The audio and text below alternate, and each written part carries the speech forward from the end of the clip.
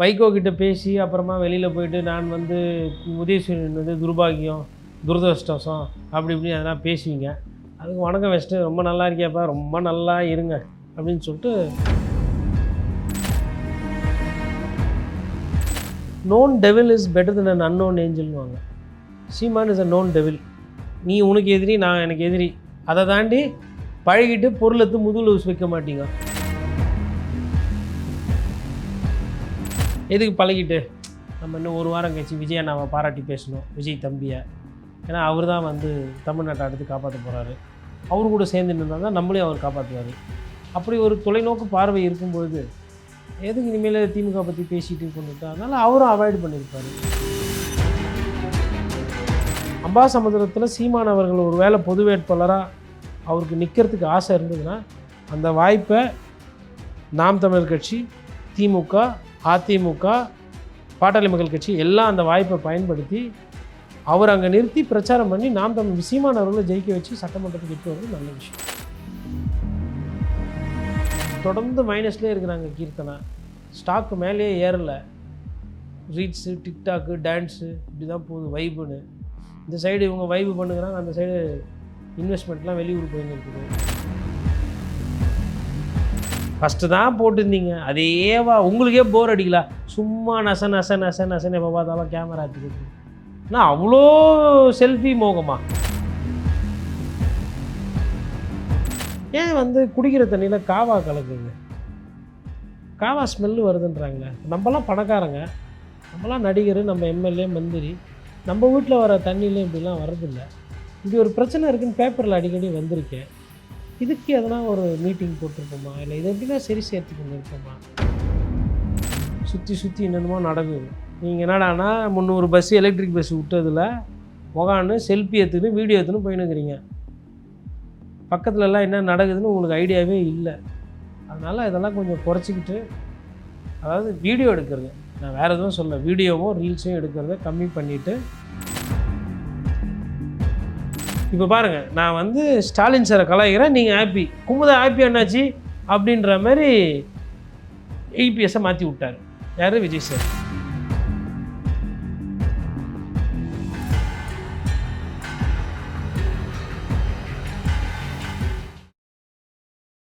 Wow தமிழா pulse நேயர்களுக்கு வணக்கம். நம்ம கூட இப்போ மூத்த பத்திரிகையாளர் கோட்டீஸ்வரன் அவர்கள் இருக்காங்க, அவங்க கூட பேசலாம்.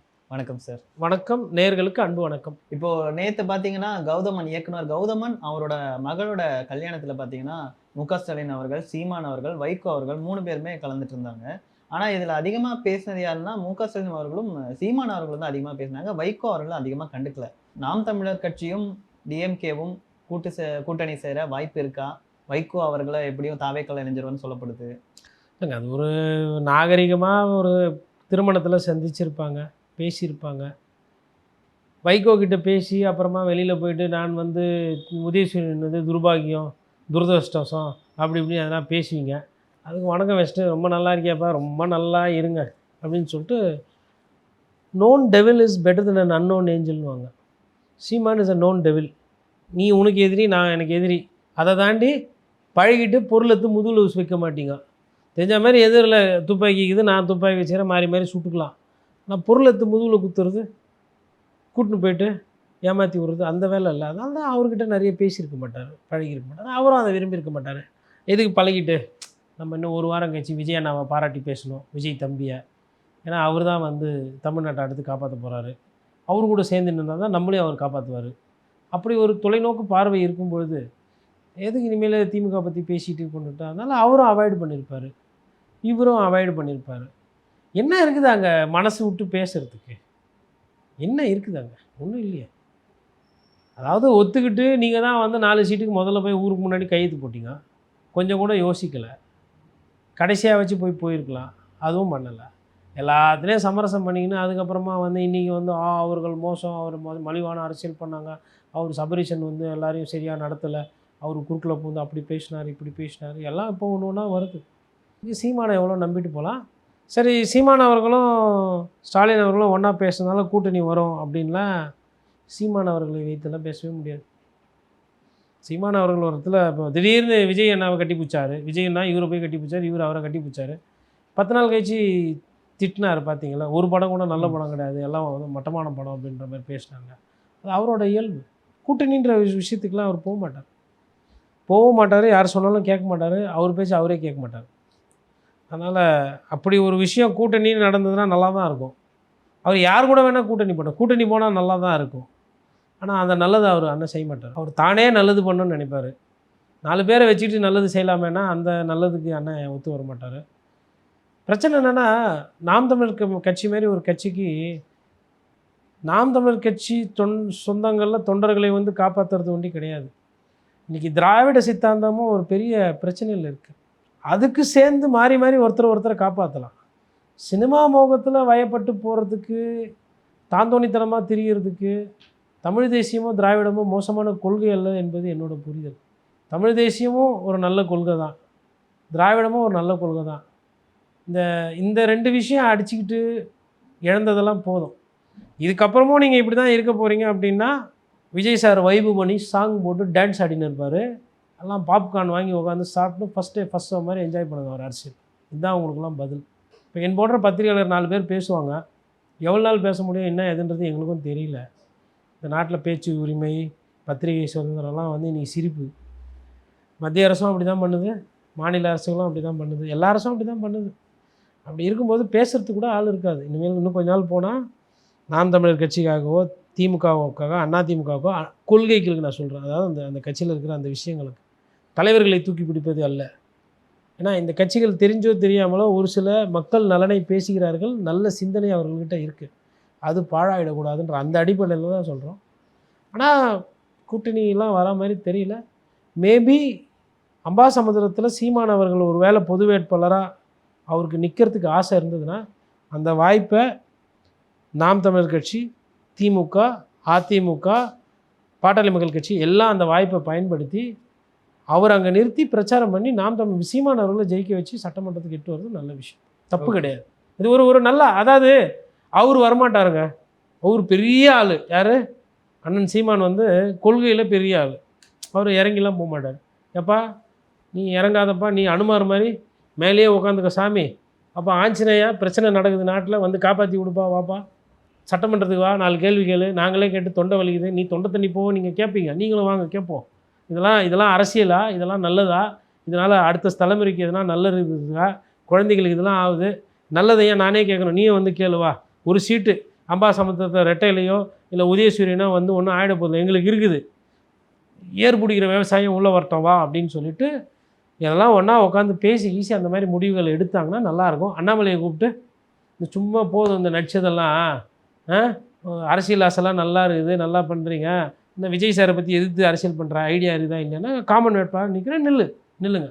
18 லட்சம் பேர் ஆன்லைனில் சேர்க்குறதுலாம் இருக்கட்டும், சம்மந்தம் இல்லாமல் ஒருத்தர் வேறு ரேஞ்சில் வைப்பு பண்ணுகிறாரு, உங்கள் ஆட்டம் என்ன ஆடுங்க. சரி, நம்மளை பொறுத்தவரையிலங்க ஒரு வேர்ல்டு கப்பு பார்க்குறோம், ஃபுட்பால் வேர்ல்டு கப்பு.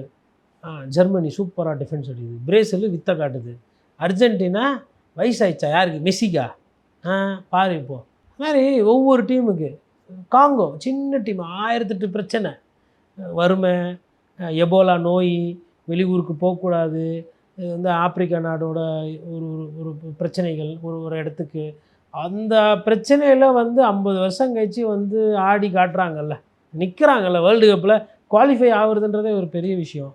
அப்புறம் சுவிட்சர்லாண்டு என்னப்பா, பழைய சுவிட்சர்லாண்டுன்னு நினச்சி லூஸ் எடுக்காதீங்கப்பா, கண் அப்படி அமைஞ்சால் கூட உள்ளே பூந்து போட்டு தள்ளிட்டு போயிட்டே இருப்போம். அப்போ ஒவ்வொரு நாடு அதுக்கு உண்டான அந்தந்த பாங்கு அந்தந்த இதை பார்க்கும்போது நீங்கள் ஒரு ஃபுட்பால் ரசிகராக இருந்தீங்கன்னா என்ன பண்ணுவீங்க, உங்களுக்கு ஃபேவரட்ஸ் இருக்கும், அது வேறு விஷயம். பட் நல்ல கோல் யார் போட்டாலும் கோலு தானே. அப்போது நம்ம ஊரில் வந்து அண்ணாமலை பண்ணுற அரசியலில் கோட்டீஸ்வரன் பத்திரிகையாளருக்கு விமர்சனம் உண்டு.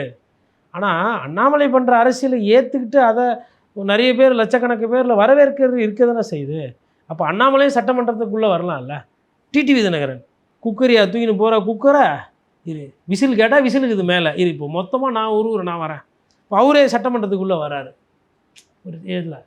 அப்போது ஆனால் இதில் நிறைய சீட்டு நியாயப்படி பார்த்தா யாருது, ஐயா எடப்பாடி பழனிசாமி. அவர்கிட்ட போயிட்டு, ஐயா உங்களுக்கு நடந்த துரோகம் எங்களுக்கு தெரியும், இது குதிரை பேர அரசியல், நீங்கள் கூட குதிரை பொம்மையோடு வருவீங்கன்னு பார்த்தா நீங்கள் சாதாரணமாக வந்துட்டீங்க, வந்தது தான் வந்தீங்கன்னு பார்த்தீங்கன்னா சினிமா தேட்டரில் படம் போட்ட மாதிரி அவர் ஆக்கிட்டார், படத்தை வந்து நீங்களும் பார்த்து ரசிச்சிட்டீங்க. நீங்கள் ஒரு முன்னாள் முதலமைச்சர் அப்படின்றதே அவர் மறக்கடிக்க வச்சிட்டாரு. இன்னாள் முதலமைச்சர் கேட்டா இப்போ என்ன? இப்போ பாருங்கள், நான் வந்து ஸ்டாலின் சாரை கலாய்க்கிறேன், நீங்கள் ஹாப்பி. குமுதா ஹாப்பி என்னாச்சு அப்படின்ற மாதிரி இபிஎஸ்ஸை மாற்றி விட்டார். யார்? விஜய் சார். இபிஎஸ் சாருக்கு இவர் என்னெல்லாம் பண்ணிக்கிறாருன்றதை மறக்கிற அளவுக்கு காட்சி திரைக்கதை அமைந்து விட்டது சட்டமன்றத்தில். சரி, அதெல்லாம் போச்சு. இப்போ இவங்கெல்லாம் உட்காந்து பேசி ஒரு சில முடிவுகள் எடுக்க வேண்டியது இருக்கும். உடனே எல்லாம் சொல்லுவாங்க, பார்த்தீர்களா விஜய் சாரை வீழ்த்துவதற்கு எல்லாரும் ஒன்று சேர்ந்து விட்டார்கள். ஏன் சம்பந்தமே இல்லாமல் உழைக்காத ராகுல் காந்தி உதயசூரியனில் வாங்கின ஓட்டில் வச்சு ஜெயிச்சுட்டு நீங்கள் போய் மாறி அங்கே நிற்கும்போது அதை பேசுவீங்களா? அதை பேசுனீங்களா? திமுகவில் நின்று ஜெயிச்சுட்டு உதயசூரியனில் நின்று ஜெயிச்சுட்டு லைட்டாக டிவி கேக்கு போயிடுவோமா, ராஜினாமா பண்ணிட்டு போகலாமா, இல்லை அப்படியே ஓடிடலாமா அப்படின்னு செயற்குழு பொதுக்குழுன்னு சொல்லிட்டு பேசுகிறாங்களே, அது நியாயமா?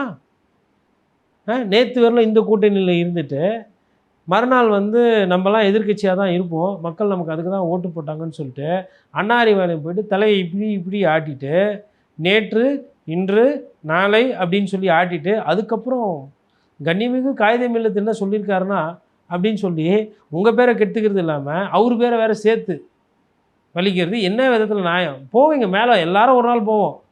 ஐயா காகிதம் இல்லத்து மேலே தான் இருப்பார், கண்டிப்பாக கேள்வி கேட்பார். எப்பா நான் என்ன சொன்னேன்? கண்ணியமான அரசியல் பண்ண சொன்னேன், நீங்கள் என்ன பண்ணுறீங்க? கண்டிப்பாக கேட்பாங்க. அதெல்லாம் வந்து ஒரு நாள் கூலி கொடுத்து தானே ஆகணும். இந்த குதிரை பேர் அரசியல், அதாவது பிஜேபி பண்ணும்போது கொக்கரிச்சிங்க. நாங்களும் அன்றைக்கி பயங்கரமாக பேசணும், இன்னமும் பேசுகிறோம். அப்போ பார்த்தா கூட இருந்தாங்க, சார் அவுட்டு சார், இது குதிரை பேர் அரசியல் சார், பாருங்கள் சார், அம்பேர் சார், ரெஃபரி சார்னா. இல்லைப்பா, நான் இந்த மேட்ச்சுக்கு நான் வந்து ஃபேன்ஸு சியர் லீடர்ஸ் அப்படி ஆகிட்டாங்க அவங்கெல்லாம். இப்போ அது சரி, ஆனால் மக்கள் விரும்பி போட்டாங்களா? மக்கள் என்ன விரும்பி என்ன 234 தொகுதியில் 200 தொகுதி போட்டாங்களா விசிலுக்கு ஓட்டு? அப்படியே மறைக்கிறீங்க. அதை 107 ஜெயிச்சதை 108ல் 2 தொகுதி விஜய் சார், 107 தான். 107ல் ஜெயிச்சதை அதுதான் பெரிய ரிசல்ட்டு, அதுதான் எல்லாரும் கூட மனசில் இருந்தது, அதுதான் சரி, அதுதான் முறைன்னு சொல்லிவிட்டு இதை மூல செலவை பண்ணிவிட்டு எவ்வளோ தப்பு பண்ணுறீங்க. அப்புறம் அடுத்து அவர் விஜயபாஸ்கர் ஐயா, சரி ஈவா வேலு மேலே எஃப்ஐஆர் போட்டிங்கள்ல, அவர் மேலே ஆல்ரெடி எஃப்ஐஆர்லாம் இருக்குது, அவர் வீட்டுக்கெல்லாம் அனுப்ப மாட்டிங்களா? ஏன் அனுப்ப மாட்டீங்க? ஏன்னா இப்போ உங்கள் ஃப்ரெண்ட்ஸ் படத்தில் சேர்ந்த மாதிரி ஃப்ரெண்ட்ஸ் ஆகிட்டீங்க நீங்கள். அப்போது ஊழல் பண்ணுறவங்களாம் ஃப்ரெண்ட்ஸ் ஆகிடுவீங்க. அப்போது ஆட்சியில் எதிரில் இருக்கும்போது மக்களே பார்த்தீங்களா ஊழலை பற்றி என்று நீங்கள் பேசுவீர்கள். இது வந்து இது ஒரு சில பேர் லைக் பண்ணி அதெல்லாம் இல்லை, என்ன இருக்குது, இதுவும் கடந்து போகும். டிஎம்கேக்கும் விடுதலை சிறுத்தைகள் கட்சிக்கும் நிறைய இது நடந்துகிட்டே இருக்குது, முரண்பாடுகள் போய்கிட்டே இருக்குது. இப்போ வன்னியரசு வந்து அதுக்கு வந்து ரிப்ளை கொடுத்துருந்தாரு, இவங்க ரொம்ப ஆராசா வந்து அதுக்கு விமர்சனம் பண்ணியிருந்தாருன்னு சொல்லி. ஸோ இந்த விஷயம் வந்து எந்த மாதிரி பார்க்குறீங்க உங்களோட பார்வையில்? கூட்டணி முடிஞ்சிடுச்சு, இதுக்கப்புறம் வந்து ஒரு 2 வருஷத்துக்கு எதுவும் சேஞ்செலாம் இருக்காது. வர அடுத்த பாராளுமன்ற தேர்தலில் எதனா சமிகைகள் மாறினாவோ, இல்லை பேரங்களோ, இல்லை சீட்டுகளோ, இல்லை சோஃபா செட்டுகளோ, அது மாதிரி விஷயங்கள் வரல இது இப்படியே தான் போகும். இது வந்து கூட்டணி போயாச்சு, அந்த மன வருத்தத்தில் மாறி ஒருத்தர் சாடிக்கிறாங்க. இதில் மக்கள் நலன் எதுவும் இல்லை, அதனால் அதில் என்னத்தை பெருசாக பேசுறது எனக்கு தெரியல. பாட்டாளி மக்கள் கட்சியுமே இப்போது இணைஞ்சிட்டாங்க, அப்பாவும் மகனும். இப்போ அவங்க இணைஞ்சு இப்போ தாவேக்கால இணைய வாய்ப்பு இருக்கா, புதிய முயற்சியை ஏதாவது பண்ணுறதுக்காக? தாவேக்கால சேர்றது தான் என் குடும்பம் ஒன்று சேர்ந்துருக்குன்னு நினைக்கிறீங்களா நீங்கள்? இல்லை, ஒன்று சேர்ந்து இங்கேருந்து சேர்ந்துட்டாங்கன்னா சரி, யார் கூட வேணால் சேருவாங்கங்க அரசியலில். அவங்களுக்குன்னு ஒரு லாப நஷ்ட கணக்கு இருக்கும். ஃபஸ்ட்டு அதை தான் பார்ப்பாங்க அரசியல்வாதிகள், அதுக்கப்புறம் தான் மக்களுக்கு அதில் நலன் இருக்கான்னு பார்ப்பாங்க. எனக்கு தெரிஞ்சு மக்களோட ஒரு போராட்டம், இந்த போராட்டத்தை நீ எனக்கு செஞ்சு கொடுக்கலன்னா நான் அவங்க கூட கூட்டணியிலேருந்து போயிடுவேன்னு சொல்லிவிட்டு வெளியில் கூட்டணியை விட்டு வெளியில் வந்த கட்சிகள் ரொம்ப ரொம்ப கம்மி. கட்சிகள்ன்றதை தாண்டி அந்த மாதிரி அரசியல் ஆளுமைகள் வந்து இன்றைக்கி பார்க்க முடியறதில்ல. எதிர்கட்சியாக இருக்கும்போது வாய்க்கீழே பேசுவோம், ஆளுங்கட்சியானவனா வக்கனையாக லெட்டர் கொடுப்போம், மனு கொடுப்போம். ரொம்ப பத்திரிகையாளர்கள் கேள்வி கேட்டால் ஒரு சின்னதாக ஒரு போராட்டம் பண்ணிவிட்டு அமைதியாக வீட்டில் பற்றிட்டு போயிடும். அப்படியே 5 வருஷம் போயிடும். அதுக்கப்புறமா வந்து அப்போ அன்னைக்கு சூழ்நிலைக்கு தேவைப்படுற மாதிரி முடிவு பண்ணிக்குவோம், அவ்வளோதான். இந்த கொள்கை எல்லாம் வந்து சும்மா தமாஸ்க்கு தான் மக்கள்கிட்ட சொல்கிறது. அதனால்தான் இந்த அரசியல்வாதிகளை தாண்டி ஒவ்வொரு கட்சி ஆரம்பிக்கப்பட்ட போதும் அதுக்கு வந்து ஒரு கொள்கைன்னு இருந்ததுங்க. அந்த கொள்கை மக்கள் நலன் சார்ந்து இருந்ததுங்க, இன்னமும் இருக்குது. ஆனால் அந்த கொள்கையை அடமானம் வச்சுட்டு தான் அந்த கட்சி தலைமையாக ஆட்டம் ஆடுது. விஜய் சார் வந்து பட்டியலின மக்களுக்கு 8 சீட்டு கொடுத்தோன்னு சொல்கிறாரு. போன வாட்டி நம்ம கூட்டணியில் இருந்தோம், அதனால் வந்து வேங்கை வயலை பற்றி எதுவும் பேச முடியல. இப்போ வேங்கை வயலில் எதனா நீதி, இந்த வேங்கை வயல் யார் செஞ்சது, அது இனிமேல் இன்னொரு வேங்கை வயல் நடக்காமல் இருக்கிறதுக்கு அவர்கள் விஜய் சார் கிட்ட தீர்வு கேட்கலாம்ல, இல்லை ஒரு தொலைநோக்கு திட்டம் ஒன்று கொடுக்கலாம் இல்லையா? வன்னியரசு கூட அதை பேசிட்டு தானே இருக்கிறாரு. தீர்வுகள்லாம் இருக்காது. சும்மா அதை வச்சு அரசியல் பண்ணி அப்படின்னு ஓட்டிட்டு நம்ம பேசுகிறது ஈஸி, அவங்களுக்கு கஷ்டம் இல்லை அரசியல் பண்ணுறது. அதனால் இதெல்லாம் வந்து இது இப்படி தான் போகும். திடீர்னு காலையில் தூங்கி எழுந்தோன்னா விஜய் சார் அழகாக தெரிஞ்சார்னா போய் சேர்ந்துருவாங்க. இல்லை வேண்டாம் பழசே சரியாகும் அப்படின்னா. பட் பாட்டாளி மக்கள் கட்சிக்கு அதிமுக ஒரு நேச்சுரல் சாய்ஸ். ஓகே. இயற்கையாக அது வந்து ஒரு ஒரு மிங்கில் ஆகிற ஒரு கூட்டணி. தாவேக்காவோட போய் சேர்றதுல என்ன சிக்கல்னா, அங்கே விசிகா இருக்குது, திருமாவளவன் அங்கே இருக்கிறதுனால குடும்பம் ஒன்றானாலும் மொத்த குடும்பத்தோடு போய் அங்கே சேர்கிறதுக்கு வாய்ப்பு என்பது கொஞ்சம் கடினம். அதனால் நம்ம கேரண்டியெல்லாம் சொல்ல முடியாது. நாளைக்கு ஒரு வேளை விசிகாவுக்கு 2 எம்எல்ஏ தாங்குது, பாட்டாளி மக்கள் கட்சிக்கு 4-5 இருக்குது அப்படின்னு விஜய் சார் ஆசைப்பட்டாருன்னா அது நடக்கும். விஜய் சார் என்ன ஆசைப்படுறாரோ அது நடக்கும். நீங்களாம் ஆளாளுக்கு ஆசைப்படுறதெல்லாம் நடக்காது. விஜய் சார் ஆசைப்பட்டார் அதிமுக உடஞ்சிது. விஜய் சார் ஆசைப்பட்டார் சிவி சண்முகம் திட்டினார். விஜய் சார் ஆசைப்பட்டார் விராலிமலையில் விஜயபாஸ்கர் புதுக்கோட்டையிலேருந்து வந்து சேர போகிறாரு. விஜயபாஸ்கர் ஆசைப்பட்டார் மரகதம் குமரவேலு அம்பாசமுத்திரம் இந்த தொகுதியிலெல்லாம் இடைத்தேர்தல் வரப்போகுது. விஜய் சார் ஆசைப்பட்டார் வன்னியரசு முதலமைச்சராக. விஜய் சார் ஆசைப்பட்டார், அதனால் சிபிஐ சிபிஎம் கூட்டணிக்கு வெளியிலேருந்து ஆதரவு கொடுத்தாங்க. விஜய் சார் ஆசைப்பட்டார், அதனால் வாடகை சோஃபா வாங்கி ஐயுஎம்எல் ஆஃபீஸில் போட்டு கூட்டணி பேசினாங்க. இதை நான் சொல்லலை, ஐயா காதர் மைதின்னு சொன்னேன். விஜய் சார் ஆசைப்பட்டார், அதனால் சட்டமன்றத்தில் வைப்பு பண்ணுறாரு. விஜய் சார் என்ன நினைக்கிறாரோ, விஜய் சார் என்ன ஆசைப்படுறாரோ அது நடக்கும். அதை தடுப்பதற்கு உங்களுக்கு இப்பொழுது வாய்ப்பு இல்லை. ஏன்னா நீங்கள் வந்து அரசியல் பேசுவீங்க, நான் நடிப்பேன். அரசியல் நடிக்கிறது பெருசா பேசுறது பெருசா? இன்றைக்கி சூழ்நிலையில் அரசியலில் நடிக்கிறது தான் பெருசு. முடிஞ்சால் நீங்களும் நடித்து காட்டுங்க, அப்போ பார்த்துக்கலாம் யார் அரசியலில் நல்லா நடிக்கிறதுன்னு. அமைச்சர்களோட செயல்பாடுகள்லாம் எப்படி சார் இருக்குது உங்களோட பார்வையில்? அமைச்சர்கள் இந்த சீசனில் வந்து பார்த்திங்கன்னா உங்களுக்கு வந்து பர்ஃபார்ம் பண்ணவங்களே தான் ஓரளவுக்கு நல்லா பண்ணிகிட்ருக்குறாங்க. புதுசாலாம் வந்து யாரும் வந்து அந்த லிஸ்ட்டுக்குள்ளே வரலை. ராஜ்மோகன் அவரோட செயல்பாடு ஓரளவுக்கு பாராட்டப்படுகிறது, ரமேஷோட செயல்பாடு பாராட்டப்படுகிறது. அதை தாண்டி அருண்ராஜ் இன்னும் ப்ரூவ் பண்ணலை. பத்திரப்பதிவுத்துறை அவரோட அவர் எதுவும் சர்ச்சையில் சிக்கல பாராட்டப்படுகிறது அவரோட துறை. இந்த மாதிரி விரலை விட்டு எண்ணலாம். தொடர்ந்து மைனஸ்லேயே இருக்கிறாங்க கீர்த்தனா, ஸ்டாக்கு மேலேயே ஏறலை. ரீட்ஸு டிக்டாக்கு டான்ஸு இப்படி தான் போகுது வைபுன்னு. இந்த சைடு இவங்க வைபு பண்ணுறாங்க, அந்த சைடு இன்வெஸ்ட்மெண்ட்லாம் வெளியூர் போயின்னு இருக்குது. அதை பற்றி அரசு வந்து இப்போதைய கவனம் செலுத்துகிற மாதிரி தெரியல. இப்போது 29A பஸ்ஸில் இன்றைக்கி உட்காந்து கூட அமைச்சர் போயிருக்கிறாரு, போக்குவரத்து துறை அமைச்சர். பார்க்கணும். அவர் வந்து இமோஷ்னலாக நீ வந்து சாப்பிட்டுக்கிற, நான் சாப்பிடாம இருக்கிறேன் அப்படின்றது மாதிரி பண்ணார். இந்த கிளாம்பாக்கம் பஸ்ஸு பேருந்து இன்னைக்கு தான் 300 பஸ்ஸு விட்டுருக்குறாங்க. அட்லீஸ்ட் மேபி இன்னும் ஒரு 2 monthஸில் அவர் ஸ்கேல் அப் ஆகிறதுக்கு வாய்ப்பு இருக்குன்ற மாதிரி நான் பார்க்குறேன். இம்ப்ரூவ் பண்ணுவேன். ஏன்னா seeing that man little active. அங்கே இங்கே ஓடுறாரு ஓடியாரு, ஏதோ பண்ணணும்னு முயற்சி பண்ணுறாரு பாவம். மற்றபடி இந்த மைன்ஸு, இந்த டாஸ்மாக்கு இதெல்லாம் வந்து இன்றைக்கி இல்லை என்றைக்குமே தேராது. ஆனால் அது வேறு டிபார்ட்மெண்ட்டு. அதெல்லாம் வந்து அதிகமாக ஊழல் நடக்கிற துறை. அதெல்லாம் வந்து இவங்க 5 வருஷம் இருக்கிறவர்களும் தெரியாது. இவங்க ஆட்சி போச்சுன்னா தான் அதில் என்ன ஊழல் தெரியும். அப்படி தான் ஒவ்வொரு காலத்துலையும் தெரிஞ்சிருக்கு. ஒரு சில துறை விளங்கவே விளங்காதுங்க, துறையே அப்படி. அந்த துறைக்கு பார்த்திங்கனாலுமே எல்லாம் அவங்களுக்கு ஏற்ற மாதிரி ஆளை போடுவாங்க. நல்லவர்கள் நல்ல பேர் இருக்கிறவங்களாம் அந்த துறைக்கு கொடுக்க மாட்டாங்க. இந்த ஆட்சிலையும் அப்படி தான் போட்டிருக்காங்க. எல்லா ஆட்சிலையும். இப்போ 20 ரூபா வாங்குறது இல்லையா பாட்டிலுக்கு? இப்போ விஜய் என்ன ஆட்சி தான் நடக்குது. 20 ரூபா வாங்குறீங்களா வாங்கலையா? இங்கே இப்போ பாட்டு போட்டு பாட வேண்டியதானே? செல்ஃபி புள்ள கிம்மிய உம்மா 20 ரூபான்னு பாட்டு போட்டு ஆட வேண்டியதானே? ஆடுவீங்களா? முதலமைச்சர் பொழுதுக்கும் நீங்களே எடுத்துக்கிறீங்க ஃபோனை ஆனவுன்னா, கேமராமேன் மாரி. சாலையில் என்ன நடக்குது ஏது நடக்குது, மக்கள் பிரச்சனை இது ஒரு ஃபஸ்ட்டு தான் போட்டிருந்தீங்க அதேவா. உங்களுக்கே போர் அடிக்கலா? சும்மா நசன் எப்போ பார்த்தாலும் கேமரா எடுத்துக்கிறது. ஆனால் அவ்வளோ செல்ஃபி மோகமா? தரவ கோர்வைகளாக பேசுங்க, வேறு 4 முதலீட்டை ஈருங்க. We would like to see you addressing CII, Confederation of Indian Industry, FICCI, Indo American chamber of commerce, US கான்சுலேட்ஸில் இருக்கிற பிஸ்னஸ் கேப்டன்ஸ், டைமண்ட் அசோசியேஷன். இது பேசினுக்கிற நேரத்தில் ஆந்திராவில் வந்து கோல்டு டைமண்டுக்கு உண்டான இன்வெஸ்ட்மெண்ட் வேறு லெவலில் பிளான் பண்ணிட்டுருக்கான்.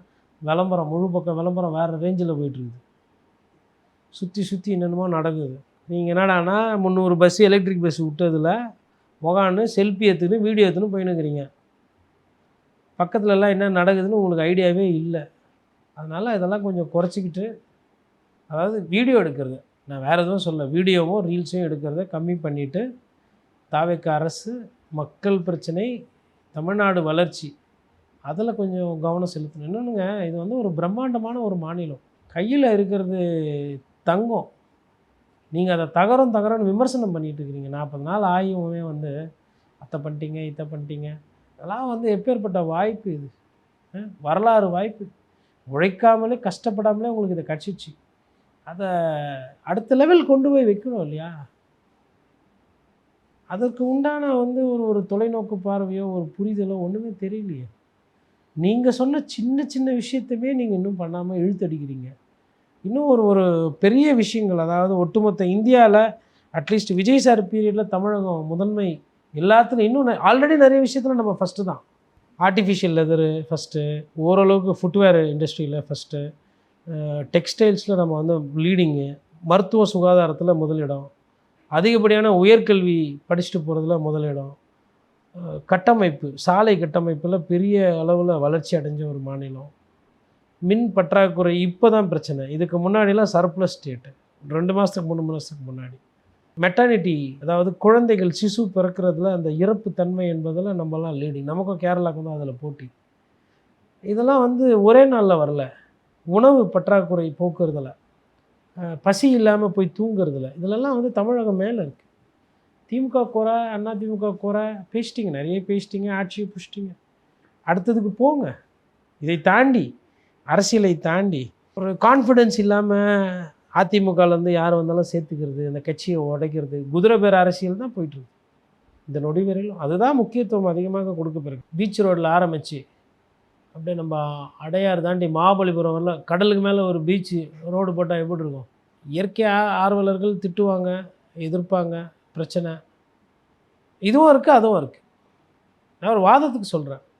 அந்த மாதிரி ஒரு தோணுதா அட்லீஸ்ட்டு உங்களுக்கு? இதெல்லாம் ஒரு மாநிலத்தை வேறு ஒரு கண்ணோட்டத்தில் பார்க்க உங்களுக்கு தோணுதா? இந்த கிண்டி நேஷ்னல் பார்க்கில் போயிட்டு இந்த ராஜ்பவனில் இந்த கவர்னர் எதுவுமே பண்ணுறது கிடையாது. மயில் மான்லாம் இருக்குது. இது உள்ளே ஒரு 4 சிறுத்தை இருந்து ஒரு நாளைக்கு ஒரு 100 பேர் வந்து போய் ஒரு ப்ரீமியமாக வந்து பார்க்குற மாதிரி, பணத்தில் ப்ரீமியம் இல்லை, ஒரு நாளைக்கு ஒரு 100 பேர் இந்த காட்டை ரசிக்கிற மாதிரி ஒரு தன்மை. சென்னைக்குள்ளே போக்குவரத்து நெரிசலுக்குள்ளே ஒரு அடர்ந்த காடு. இதை எப்படி இன்னும் மேம்படுத்துறது? இது எப்படி இன்னும் சிறப்பாக்குறது? ஒரு காட்டுக்குள்ளே போனால் எப்படி ஒரு மன அமைதி, ஒரு சந்தோஷம் கிடைக்குமா? அது சாதாரணவங்களுக்கும் கிடைக்கணுமே. இதுக்குன்ட்டு கோயம்புத்தூர் போகணுமா? இதுக்குன்ட்டு ஊட்டி போகணுமா? இதுக்குன்ட்டு மலை ஏறணுமா? அப்படி எதனா ஒரு சிந்தனை. ஏன் வந்து குடிக்கிற தண்ணியில் காவா கலக்குது? காவா ஸ்மெல்லு வருதுன்றாங்களே. நம்மலாம் பணக்காரங்க, நம்மலாம் நடிகர், நம்ம எம்எல்ஏ மந்திரி, நம்ம வீட்டில் வர தண்ணியில் இப்படிலாம் வரதில்லை. இப்படி ஒரு பிரச்சனை இருக்குதுன்னு பேப்பரில் அடிக்கடி வந்திருக்கேன். இதுக்கு எதனா ஒரு மீட்டிங் போட்டிருப்போமா? இல்லை இதை எப்படின்னா சரி செய்கிறதுக்கு ஒன்று இருப்போமா? உத்தண்டியில் வந்து இதை நம்ம வீட்டு பக்கத்தில் தான் இருக்குது. கடலில் குடிநீராக மாற்றி எங்களுக்கு கொடுக்காதீங்க, கடல் நீராக இருக்கட்டும், அந்த குடிநீர் எங்களுக்கு வேண்டான்றாங்க. அது என்ன தான் பிரச்சனை? அதில் என்ன சிக்கல்? அது கூப்பிட்டு அது என்னன்னு பார்த்துட்டு அதை பற்றி ஒரு புரிதல், தண்ணி மேலாண்மைக்கு இதுவரையிலும் பார்க்காத ஒரு ஆட்சியை நம்ம கொடுக்கணும் அப்படின்ற சிந்தனை எங்கன்னா வெளிப்பட்ட மாதிரி உங்களுக்கு எதனா தெரியுது? அந்த 40 நாள் ராஜராஜ சோழன் வந்து நம்மளை ஆண்டார். அவரும் நமக்கு மன்னராக இருந்தார். அரசவை, நீர் மேலாண்மை, வரி வாங்கினாங்க, கட்டடக்கலையில் ஸ்கூல் வச்சுனாங்க, வணிகம் உலகளாவியில் நடந்துச்சு. அந்த பாரம்பரியம், அந்த வரலாறு கிட்டத்தட்ட அதே நிலத்தை, அந்த அளவுக்கு நிலம் பரப்ப ஆளுகின்ற ஒரு வாய்ப்பு உங்களுக்கு ஜனநாயக ரீதியாக கிடச்சிருக்கு. இது என்னன்னே இதை வச்சு பண்ணுறதுன்னு தெரியாமல் உங்கள் அப்பாவை காணோம், ஆட்டுக்குட்டியை காணோம், அப்புறம் வைப்பு பண்ணுறது, சாங்கு போடுறது. சரி, எப்போனாச்சும் அந்த அரசியலுன்ற அந்த கிராஃபு திருப்பி மேலே ஏறுமா அப்படின்னு நான் ஒரு பத்திரிக்கையாளராக இயங்கிட்டு இருக்கேன், பார்த்துட்ருக்கேன். நீங்கள் என்னடான்னா சினிமா பாடல்களை ஸ்கூலில் எடுத்துன்னு போய் போட்டு அமைச்சரையே டான்ஸ் ஆட வச்சு ஒரு அரசியல் பண்ணிகிட்ருக்கிறீங்க. இதில் அமைச்சர்களோட செயல்பாடை தான் நான் பார்க்க முடியும். என்னால் நான் என்ன சொல்ல முடியும்? லோகேஷ் நல்லா செய்கிறாரு, ராஜ்மோகன் ஓரளவுக்கு பரவாயில்ல, தம்பி ரமேஷ் ஏதோ செய்கிறாப்புல, பார்த்திபன் ஏதோ பண்ணுறாரு, கீர்த்தனா முன்ன விட இல்லை இப்போ கொஞ்சம் இம்ப்ரூவ் ஆன மாதிரி தெரியுது, ஐயா அருண்ராஜ் விட்டதை புஷ்டர், நான் இப்படி தான் போக முடியும். என்னோடய முதலமைச்சரை நான் விரும்பக்கூடிய ஐயா விஜய் சாரை, அதாவது நடிகராக எனக்கு ரொம்ப பிடிக்கும், அரசியல்வாதியாக இல்லை. ஒன்றும் தொலைநோக்கு பார்வையும் தெரில, விஷனும் தெரில. ஐயா அப்துல் கலாமுக்கு தந்த ஊர் இது. இப்போ மின்சாரத்துறையில பார்த்தீங்கன்னா சிடிஆர் நிர்மல்குமார் வெள்ளை அறிக்கை வெளியிட்டிருக்காரு. அதாவது 2021லேருந்து 26 வரைக்கும் 34,400 கோடிக்கு மேல பற்றாக்குறை இருக்கு அப்படின்னு சொல்லி வெள்ளை அறிக்கையில சொல்லியிருக்காங்க. ஸோ இந்த விஷயத்தை நீங்க எப்படி பார்க்குறீங்க? கரண்ட் உங்களுக்குலாம் வராதுன்றதை இன்னொரு வெள்ளை அறிக்கை மூலிமா சொல்கிறாங்க. கரண்ட்டு பிரச்சனை அப்படி தான் இருக்கும், இது உடனே சரி செய்ய முடியாது, இது காலதாமதம் ஆகுன்றதான் சொல்லியிருக்காரு. அதில் இன்னும் கொஞ்சம் பாயிண்ட்ஸ் என்ன இருக்கும் நான் இன்னும் பார்க்கல. இவ்வளோ பேருக்கு வேலை வாய்ப்பு கொடுக்க போகிறோம், அப்புறம் ஃபியூஸ் ஆஃப் காலை நாங்கள் ஏற்ற போகிறோம், அதுக்கப்புறமா வந்து 2.5 லட்சம் கோடி கடன் இருக்குது, ஒரு 10,000 11,000 கோடி வட்டி கட்டுறோம், இவ்வளோ டிரான்ஸ்ஃபார்மர் வாங்க போகிறோம், நிலக்கரியில் பிரச்சனை, அதில் வந்து மக்களுக்கு எதுவுமே இருக்காது. ஊழல் நடவடிக்கையெல்லாம் நாங்கள் குறைக்க போகிறோம்னு சொல்லுவாங்க. கூட ஹார்ட் டிஸ்க்கு காணும், அதுக்கப்புறமா மவுஸு காணும், அது மாதிரி கூட எதனா இருக்கான்னு தெரில. அது பார்க்குறது நான் அதை பார்க்க போகிறதே கிடையாது. மேபி யாருன்னா கேள்வி கேட்டாங்கன்னா தான் படிக்கணும். ஏன்னா தெரியும் அது வந்து இந்த what is this suitcase தெரியும், அதுனா பூட்ட கேஸ்ன்னு ஒரு கடத்தில் கேட்பாங்கல்ல, அந்த மாதிரி மின்சாரத்துறை வந்து கிட்டத்தட்ட அப்படி தான் போயிட்டுருக்குது. அது அவங்களுக்கு வந்து அவங்க போகிற பாதை வந்து ஒரு பாலிசி வரணும் ஃபஸ்ட்டு. சும்மா 40 நாள் இல்லை, ஒரு வாரம் குத்தா உட்காந்து பாலிசி எழுதுகிறவங்களாம் எனக்கு தெரியும். நானே எழுதியிருக்கிறேன் நிறைய நேரத்தில். ஐஏஎஸ் அதிகாரின்னு நமக்கு நிறைய பேர் பழக்கம். அவங்க ஒரு டிராஃப்ட் ஒன்று பண்ணுவாங்க, கோட்ஸ் இது என்னன்னு பாரு, இது கரெக்டாக வருமானா. நிறைய பேர்கிட்ட வந்து நாட்டு நலன் கருதி அதை என் வேலையாக எடுத்து அதற்கு காசு நான் கன்சல்டன்சிக்கெலாம் சார்ஜ் பண்ணுவேன். அந்த மாதிரி விவகாரங்களுக்கு நான் சார்ஜ் பண்ணாமல் நான் ஒரு சில விஷயத்தை சார் இது சேர்த்தா சரியாக இருக்கும், அது சேர்த்தா சரியாக இருக்கும்னு சொல்லிட்டு. ஏன்னா அமைச்சர்கள்ன்றது வருவாங்க போவாங்க, பட் அரசாங்கத்தோட பாலிசின்றது அது வந்து ஒரு டாக்குமெண்ட், அது அரசினுடைய செயல் வடிவம் தான். அதை வந்து ஒரு சில ஐஏஎஸ் ஆஃபீஸர் வந்து பத்திரிகையாளர்கள்கிட்ட வழக்கறிஞர்கள்கிட்ட, ஏன்னா கோர்ட்டு சம்மந்தமான விஷயங்களும் இருக்கும், கேட்பாங்க. அதாவது ஐஏஎஸ் அதிகாரிகளுக்கு இல்லாத அறிவு கிடையாது, தெரியாத விஷயம் கிடையாது. எதுக்குன்னா நம்மளே நம்ம கண்ணு சம்டைம்ஸ் ஏமாந்துருவோம். அதுவும் உதாரணத்துக்கு ஃபாரஸ்ட் பாலிசி, என்வாயன்மெண்ட் பாலிசிலெலாம் நிறைய டிராஃப்ட்டு நான் பார்த்துருக்கேன், நான் சஜஷன் சொல்லியிருக்கேன். That's a very good idea, that's a interesting ஐடியான்னு இருக்காங்க. குரங்கணி ஃபயர் ஆக்சிடென்ட் எல்லாம் நடந்த போதெல்லாம் ஒரு சில தவறுகள்லாம் நடந்ததுலாம் அப்போல்லாம் வந்து இது இப்படி பண்ணணும், ட்ரெக்கு போகும்போது என்னென்ன பிரச்சனை இதெல்லாம் சரி பண்ணணும் அப்படின்ற மாதிரி வெட் பண்ணி கொடுத்துருக்குறோம். எதுக்கு இதெல்லாம் சொல்கிறேன்னா, மக்கள் சார்ந்த ஒரு சிந்தனை, மக்கள் சார்ந்த ஒரு தெளிவு, ஒரு ஒரு புரிதல் இருக்கணும். அது ரொம்ப ரொம்ப கம்மியாக இருக்குது. ரசிகர்களுக்கு என்ன பிடிக்கும் அப்படின்றது நிறைய தெரியுது. ரசிகர்கள் வேறு, மக்கள் வேறு. இப்போ காணொலியில் பேசுகிறோம், நான் பேசுகிறது நல்லா இருக்குன்னு ஒரு 2 பேர் சொல்லுவாங்க, அது மோசமாக இருக்குன்னு ஒரு 6 பேர் திட்டுவாங்க. நல்லா இருக்குன்னு 2 பேர் சொல்கிறவங்க வந்து என்னை விட புத்திசாலி, என்னை விட விஷயம் தெரிஞ்சவங்க. அப்போது எனக்கு அறிவுரை சொல்கிறதுக்கோ இல்லை நல்லா இருக்குது இது இன்னும் பெட்டராக பண்ணலான்ற மாதிரி இருக்கும். எனக்கு அவங்கள பற்றி கவலை இல்லை, என்னை திட்டுறாங்கல்ல அந்த 6 பேர். அப்போது எதையோ மறைக்கணும், யாருக்கோ முட்டு கொடுக்கணுன்றது அவங்க நோக்கம். உங்களை அறியாமல் உங்களுக்குள்ள இருக்கிற அந்த அந்த கட்சி பாசமோ இல்லை அந்த சினிமா கவர்ச்சியோ வந்து ஓடி வருது. அதுதான் அங்கே பிரச்சனை. நம்ம மீது விமர்சனமே இதை கண்ணியமான முறையில் அழகாக வைக்கிறாங்கன்னா அது வேறு. பட் இங்கே அப்படி சிஸ்டமே இல்லையே. பேசாத, யாரும் விஜயண்ணாவை தப்பாக பேசாதீங்க, அவர் தப்பாக எதுவும் செய்ய மாட்டார். ஒரு விபத்து நடந்தது, இறால் பண்ணையில் அம்மோனியா லீக் ஆகி. இது எவ்வளோ பெரிய ஒரு மிகப்பெரிய பிரச்சனை. இண்டஸ்ட்ரீஸ்ட்டு இது மாதிரி நிறைய இருக்குது நம்ம ஊரில், ஃபேக்ட்ரி இறால் பண்ணையுமே நிறைய இருக்குது. இந்த நேரத்துக்கு ஒரு எஸ்ஓபி வந்திருக்கணுமா, வந்துருக்கூடாதா? ஸ்டாண்டர்ட் ஆப்ரேட்டிங் ப்ரொசீஜர் என்று சொல்லுவாங்க. அங்கே ஒன்றும் இல்லை, இந்த மாதிரி எங்கெங்கெல்லாம் இருக்கோ அந்த இடம்லாம் இந்நேரத்துக்கு இன்ஸ்பெக்ஷன் போய் ஒரு ஆய்வறிக்கை கொடுத்து, இந்த நேரம் இவ்வளோ இடம் இன்ஸ்பெக்ட் பண்ணோம், இவ்வளோ இருந்தது. ஏன்னா இதுக்கு முன்ன பின்ன நடந்தது கிடையாது. இது ஒரு விபத்து. இந்த விபத்து நாளைக்கு பேராபத்தாக போகக்கூடாது. இன்றைக்கி என்ன, ஜார்க்கண்ட்லேயும் ஒரிசாலேருந்து வந்து வேலை செஞ்சவங்க செத்து போயிட்டாங்க, அதனால் அது உங்களுக்கு பெரிய இம்பேக்ட் ஆகலை. யாரோ ஊரில் தானே இறந்தாங்க அப்படின்றதுனால பாடியெல்லாம் பார்சல் பண்ணி பத்திரமா அனுப்பிச்சிட்டிங்க. அது ஒரு பேசு பொருளாக இல்லை. எவ்வளோ அழகாக கடந்து போயிருக்கீங்கள்ல இந்த 2 நாளில். 11 பேர் கண்ணில் ரத்தம் வந்து, வாயில் ரத்தம் வந்து செத்து போனது, எவ்வளோ வலியோடு செத்துருப்பாங்க. இது எவ்வளோ பெரிய விபத்து. எதுவுமே நடக்காத மாதிரி எவ்வளோ அழகாக ரீல்ஸு போட்டு, பஸ்ஸில் போய் லைவ் போட்டு சூப்பராக கடந்து போயிட்டீங்கள. செய்தியில் கூட வர வைக்காமல் வரலையே. எங்கே நடந்தது? ஹாங்காங்கில் நடந்ததா? அமெரிக்காலலாம் இந்த மாதிரி ஒரு விஷயம் நடந்ததுன்னா டவுசர் அவுத்துருவாங்க அங்கெல்லாம். என்ன பண்ணியிருந்தீங்க? ஃபேக்ட்ரி இன்ஸ்பெக்டர் என்ன பண்ணார்? கலெக்டர் என்ன பண்ணீங்க? டிஆர்ஓ என்ன பண்ணீங்க? எப்படி லீக் ஆச்சு? இந்த பிளான்ட் கடைசியாக எப்போ இன்ஸ்பெக்ஷன் பண்ணது? இன்னும் எத்தனை பிளான்ட் இந்த மாதிரி இருக்குது? Sir it's a time bomb. அன்றைக்கி அங்கே நடந்தது கிட்டத்தட்ட ஒரு குண்டு வெடிப்பு சம்பவம் மாதிரி. குண்டு வெடிப்பில் தான் 10 பேர் 15 பேர் சாவாங்கன்னு இல்லை, இறப்பு தான் முக்கியம். என்ன நோக்கத்தினால இப்போது ஒரு தீவிரவாத செயல்னா ஊ ஊ ஏன்னா அதில் ஓட்டுக்குது. பங்கமாக போய் பாகிஸ்தான்லேருந்து வந்துட்டாங்க, பங்களாதேஷ்லேருந்து வந்துட்டாங்க, அப்படி இப்படின்னு சொல்லி வந்தவன் கேடு கெட்டவன். அவன் பாகிஸ்தான்லேருந்து வந்தானா பங்களாதேஷ்லேருந்து வந்தால் அது அப்புறம் பிரச்சனை. அவன் யாருன்றது அவன் மனுஷனே இல்லை. அவனுக்கு ஒரு மத சாயலை கொடுக்குறது, அவனுக்கு ஒரு இன சாயலை கொடுத்து அதை இன்னும் பெருசாக்கி அதை கண்டுபிடிச்சி விட்டு அதை வச்சு தேர்தலில் ஜெயிக்கிற அந்த அல்ப அரசியல் இருக்கு இல்லையா, அது ஒரு புறம். இந்த மாதிரி ஒரு விஷயம் நடக்குது. இதுக்கு அரசனுடைய பார்வை என்ன? இதுக்கு என்ன கவன ஈர்ப்பு பேசுனீங்க? அது கவனத்தை ஈர்ப்பதுக்காக பேசுனீங்க.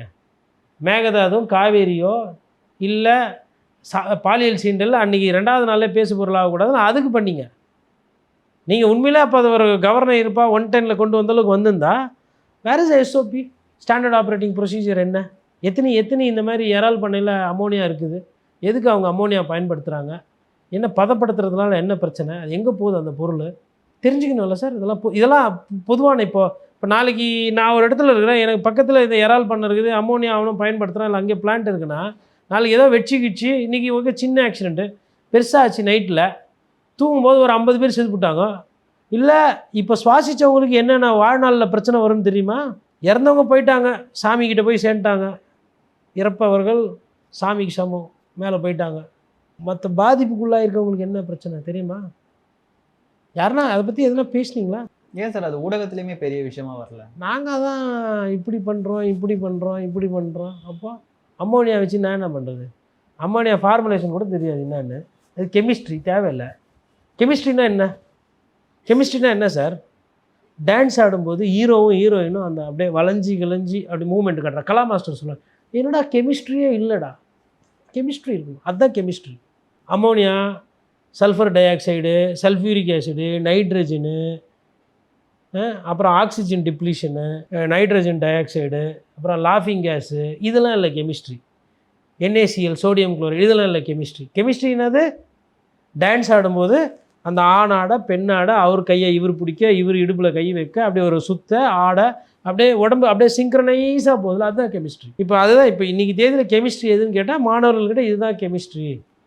டூடு படத்தில் மமிதா பைஜுவும் அந்த அம்மாவும் ஆடுறாங்க இல்லையா ஒரே மாதிரி டான்ஸ் ஸ்டெப்பு, அதுதான் கெமிஸ்ட்ரி. அம்மோனியா கேஸ் லீக் ஆச்சுல்ல, அது இல்லை கெமிஸ்ட்ரி. அப்படி தான் போகுது நம்ம சமுதாயம். அடுத்த தலைமுறை கரெக்டாக அங்கே தான் போயினுது, ஸ்கூல் பசங்கள்லேருந்து காலேஜ் பசங்க. ஸோ ஊடகமும் அதை தான் டெலிகாஸ்ட் பண்ணுறாங்களா சார்? ஆமாம், வெக்கம் கெட்டு போய் நம்மளும் அதை தானே பண்ணுறோம். பஸ்ஸையே காட்டுனுக்கிறீங்க, எவ்வளோ பஸ்ஸு ஓடாமல் இருக்குது. ஒரு வீடியோ போட வேண்டியதான், லைவ் ஒரு அளவு இல்லை, பொழுதுக்குமா எவ்வளோ பிரச்சனை இருக்குது. நன்றி. நன்றி.